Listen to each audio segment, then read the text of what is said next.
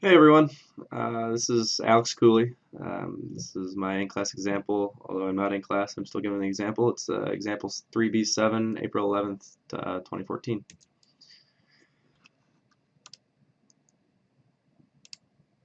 Problem statement, as you can see in your book, is we're dealing with an incompressible Newtonian liquid that is flowing very slowly into a thin slot of thickness 2b in the y direction and the width w in the z direction. The mass rate of flow in the slot is w, lowercase w. From the results of problem 2b.3, it can be shown that the velocity distribution is within the slot at locations not too near to the inlet is, as you can see there, the Vx is a function of y, dy is 0, and Vz is 0. That is inside the slot. In the region outside the slot, the components of the velocity for creeping flow are, Vx is a function of x and y, Vy is a function of x and y, and Vz is 0. Here's a figure of what we're looking at. As you can see, there's two distinct regions at the wall and right around x equals 0. Everything is approximate with our velocity distributions. Inside the slot, the Vx velocity profile isn't necessarily relevant until the edge effect of the slot of the entrance to the slot is gone and we are in our well-established flow. So part A, we want to find the components of the convective momentum flux inside and outside the slot. Okay, the possible components we can see are listed: rho Vx Vx, rho Vy Vy, rho Vz Vz, rho Vx Vy, rho Vx Vz, rho Vy Vz. These are all the possible convective momentum terms that we could see. The only ones that survive, they're going to be different for inside and outside the slot. Inside the slot, the surviving term is only rho Vx Vx because Vy equals 0 and Vz equals 0 inside the slot. Outside the slot, the surviving components are rho Vx Vx, rho Vx Vy, and rho Vy Vy. Once again, Vz is equal to 0, so any term with Vz in it cancels out, and those are the three that we're left with. Parts B and C, I'm not going to walk through.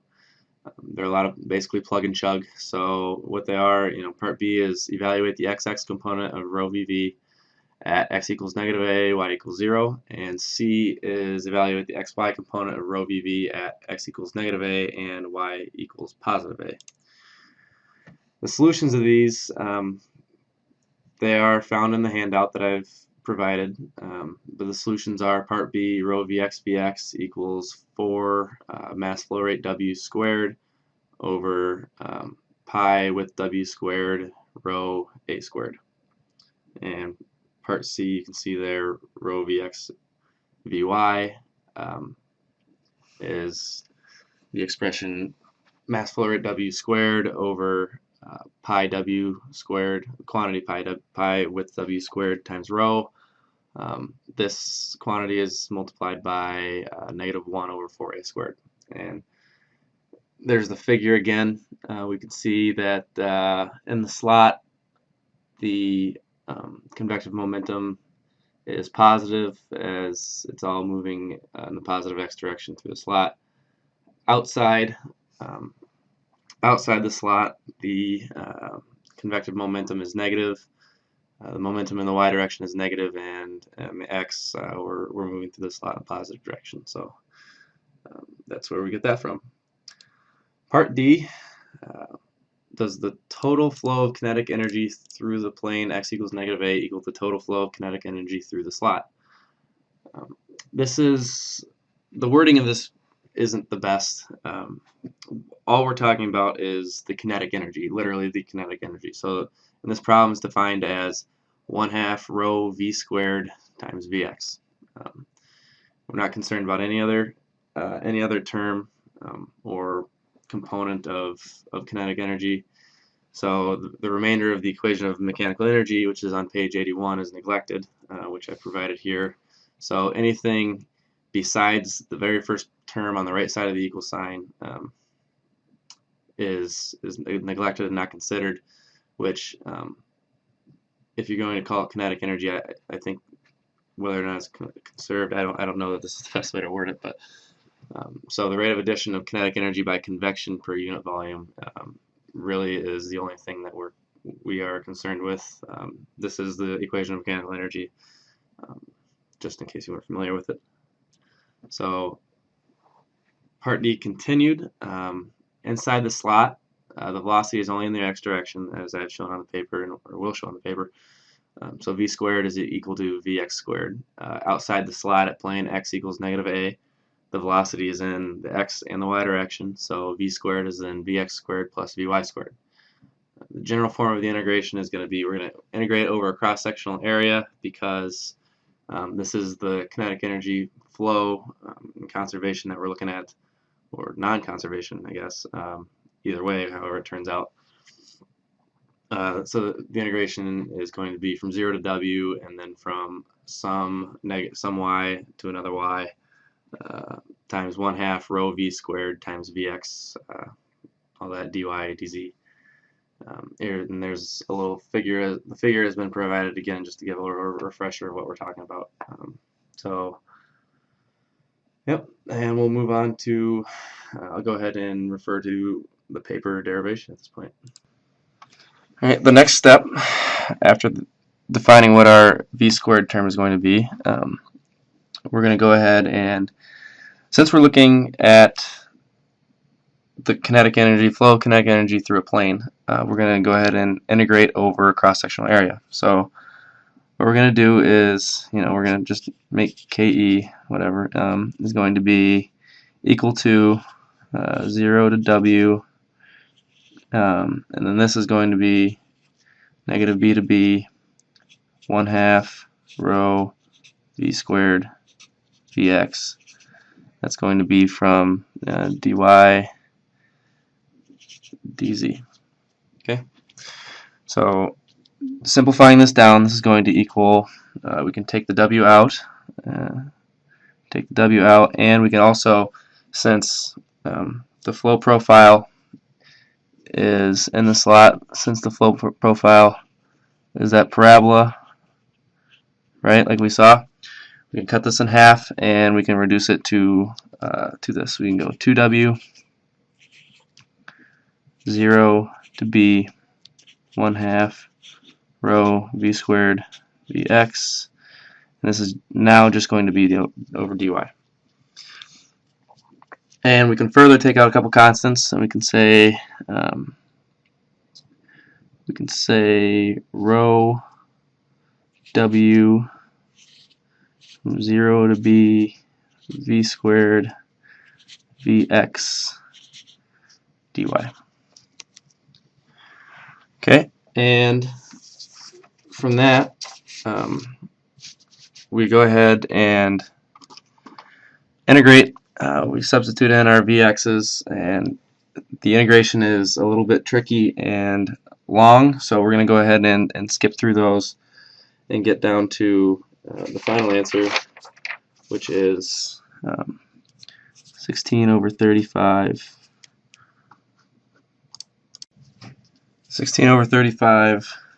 rho v w times 3, it's the mass flow rate w, over 4 b w rho cubed.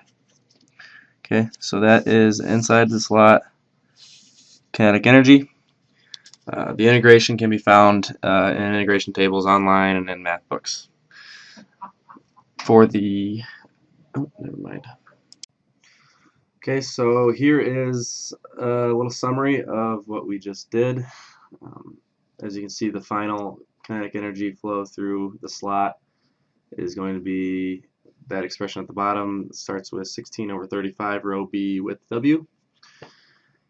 And so now we'll go work out the outside of the slot problem.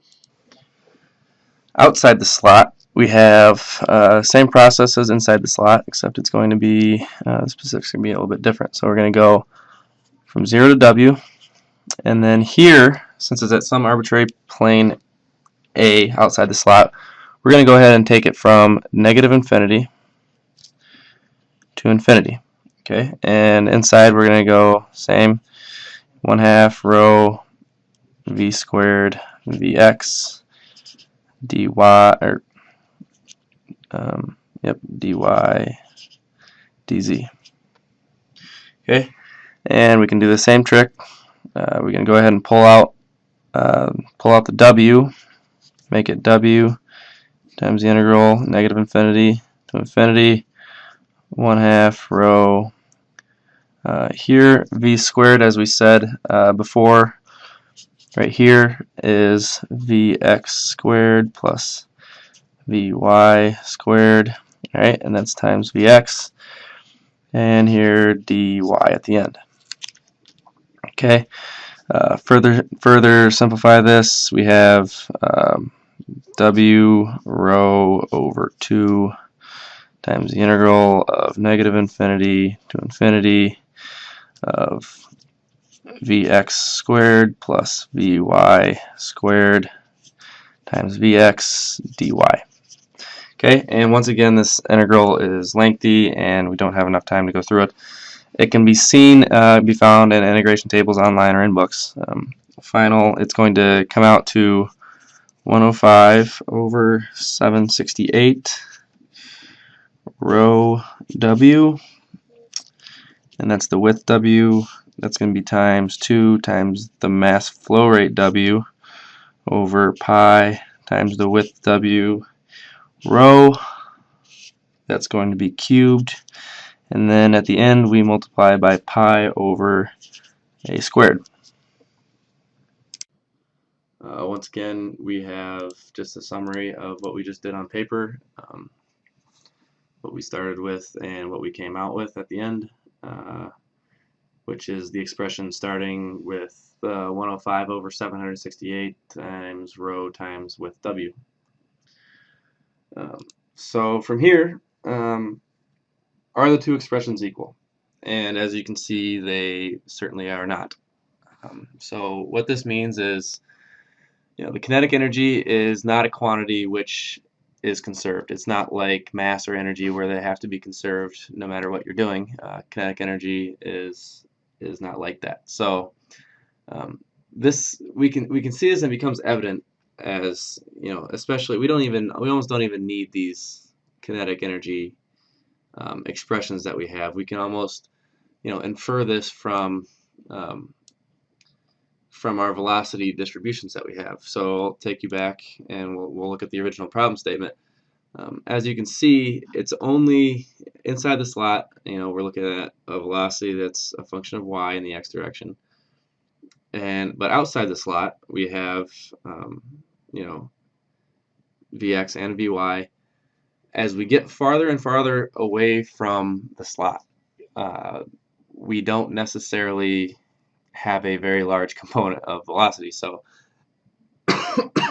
as x and y get bigger, okay, we can see that in each case, as they're on the denominator as x squared plus y squared squared in each one, as we get farther and farther away, as we approach negative infinity and infinity in the y direction, and just I guess negative infinity in the x direction, the velocity will approach 0. So when we talk about the kinetic energy and how it's 1/2 rho v squared, we can kind of intuitively we know that the kinetic energy at some point well away from the slot, outside the slot, is going to be basically 0, and inside the slot there's going to be some positive finite amount of kinetic energy. So they are not equal, and therefore kinetic energy is not conserved through the slot. Next problem we have is part E. So we're going to verify that the velocity distributions given in the problem statement satisfy the relation del dot V equals 0. So in other words, we're going to confirm that the fluid is in fact incompressible that we're dealing with. I'm not going to walk through this one as it is lengthy, and I'm getting close to running over time anyway. So the solution is Part F, I'm not going to step through like I have the last couple. We're supposed to find the normal stress tau xx at the plane y equals 0 and also on the solid surface at x equals 0. So the solution is detailed in the handout. What we have inside the slot at all points, tau xx equals negative mu times 2 dvx dx, that's Newton's law of viscosity. And inside the slot, dvx dx is equal to 0 because vx is a function of y only. Outside the slot, at y equals 0, we have tau xx equals negative 4 mu times mass flow rate w over pi times the width w times rho times x squared. And then outside the slot for x equals 0, tau xx equals 0. So those are the solutions for part F, and the process is detailed in the handout. So part G, last one, we're supposed to find the shear stress tau yx on the solid surface at x equals 0. Is the result surprising? And maybe just sketching the velocity profile Vy versus x at some plane y equals a, assist in understanding the result. Go ahead and spoil it.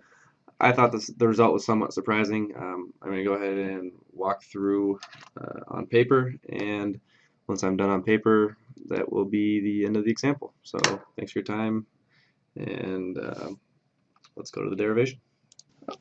Okay, so tau yx in the region outside the slot is going to be equal to negative mu times dvy dx plus dvx dy. Alright, so from here we're going to get dvy dx is equal to negative 2 w, that's mass flow rate w, over pi width wp times negative 2 xy over x squared plus y squared times 2x squared over x squared plus y squared minus 1. Alright, dvx dy will be the same. 2 mass flow rate w over pi width wp. This time it will only be times negative 4xy x cubed y over x squared plus y squared cubed. Okay, so add these two terms together. We're going to get dvy dx plus dvx dy. It's going to equal, we're going to get negative 2 mass flow rate w over pi width w rho times 2xy over x squared plus y squared times 1 minus 4x over x squared plus y squared. Okay, so from here we want to go, we're going to evaluate this at x equals 0. Okay, so we input x equals 0, that term goes to 0, that term goes to 0, and what we're left with is this whole thing will then equal 0. Tau yx will be equal to 0 at the wall in the region outside the slot.